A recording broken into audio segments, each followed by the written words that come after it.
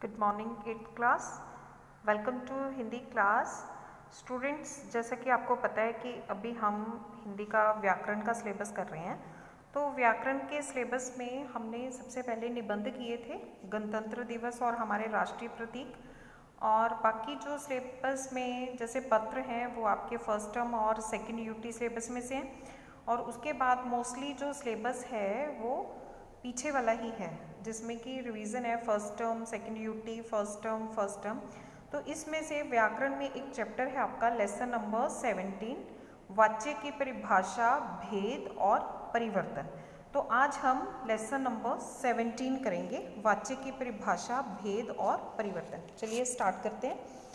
अब सबसे पहले आपको ये पता होना चाहिए कि जो वाच्य हैं वो क्या होते हैं। ठीक है, वाच्य का पता होना चाहिए। तो ये है आपका लेसन नंबर 17, वाच्य। तो वाच्य का अर्थ क्या होता है, पहले आपको ये पता हो। वाच्य का अर्थ है बोलने का विषय। ठीक है, बोलने का जो टॉपिक होता है, बोलने का जो विषय है, उसे हम कहते हैं वाच्य। वाच्य का मतलब ही होता है वॉइस, आवाज, बोलना। ठीक है, तो बोलने के विषय को ही वाच्य कहते हैं। तो सबसे पहले इसकी डेफिनेशन क्या होता है? क्रिया के जिस रूप से, मीन्स वाच्य करने से पहले आपको क्रिया का पता होना चाहिए। क्रिया क्या होती है? जिसके द्वारा हमें किसी काम के करने या होने का पता चले, उसे हम क्रिया कहते हैं। तो परिभाषा इसकी क्या होगी? क्रिया के जिस रूप से। ठीक है, क्रिया के जिस रूप से यह पता चले कि क्रिया का मुख्य विषय, यहाँ पर है ना बोलने का विषय, क्रिया का मुख्य विषय कर्ता है, कर्म है अथवा भाव है। ठीक है, कौन कौन सा? क्रिया का मुख्य विषय कर्ता है, कर्म है या फिर भाव है, उसे हम कहते हैं वाच्य। ठीक है, क्रिया का मुख्य विषय कर्ता है, कर्म है या भाव है, उसे हम वाच्य कहते हैं। फिर से देख लीजिए डेफिनेशन। क्रिया के जिस रूप से यह पता चले कि क्रिया का मुख्य विषय कर्ता है, कर्म है अथवा भाव है, उसे हम वाच्य कहते हैं।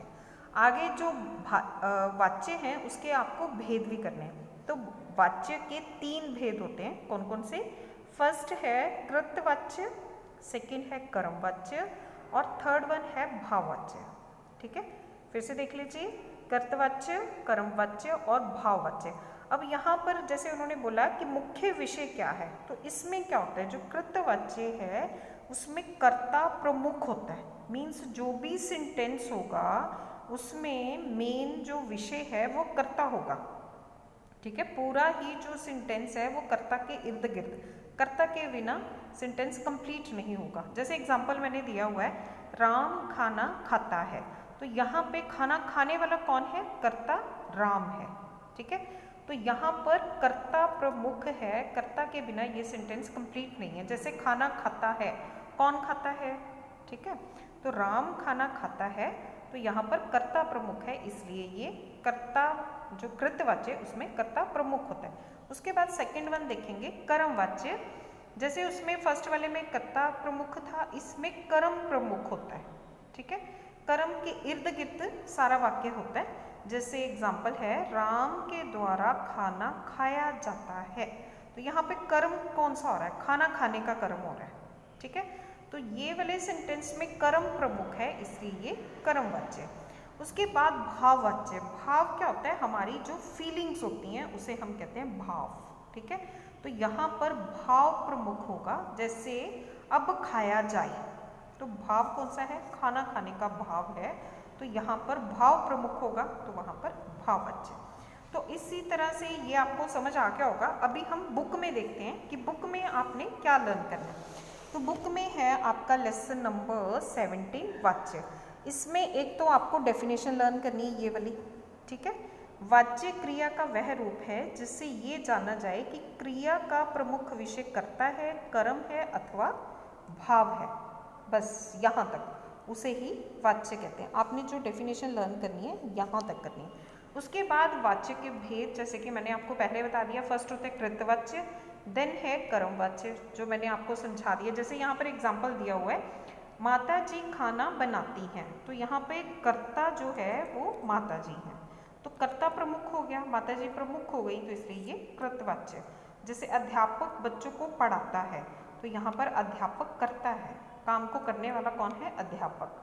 तो अध्यापक प्रमुख है, यहाँ पर कर्ता प्रमुख है तो कृतवाच्य। उसी तरह से कर्मवाच्य, कर्मवाच्य मीन्स जहाँ पर कर्म प्रमुख होता है। जैसे यहाँ पर इसमें कर्मवाच्य को ज़्यादा पहचानने की कैसे पहचाना जाए उसकी ट्रिक है। मोस्टली यहाँ पर द्वारा द्वारा द्वारा द्वारा द्वारा मीन्स दूसरे के द्वारा किया जाए। मेरे द्वारा पाठ पढ़ा जाता है, हमारे द्वारा गाने सुने जाते हैं, तो यहाँ पर कर्म आएगा, कर्म प्रमुख है, तो इसलिए ये कर्मवाच्य हो गया। उसी तरह से फिर नेक्स्ट पेज पे देखिए भाववाच्य। भाववाच्य में भाव की प्रधानता होगी, ना कर्म की होगी ना ही कर्ता की होगी, भाव की होगी। जैसे अब चला जाए, छात्रों से चला नहीं जाता, मेन इसमें भाव ही यही है। रोहन से लिखा नहीं जाता, तो भाव, भाव प्रमुख है, ठीक है। जहाँ पर भाव प्रमुख हो वहाँ पर भाववाच्य। तो स्टूडेंट्स ये चैप्टर आपको कंप्लीट चैप्टर रीड कर लेना अच्छी तरह से और फिर try to solve these exercises. और जो भी इस चैप्टर के डाउट्स होंगे I will clear in Zoom class. Okay students, thank you so much. God bless you all.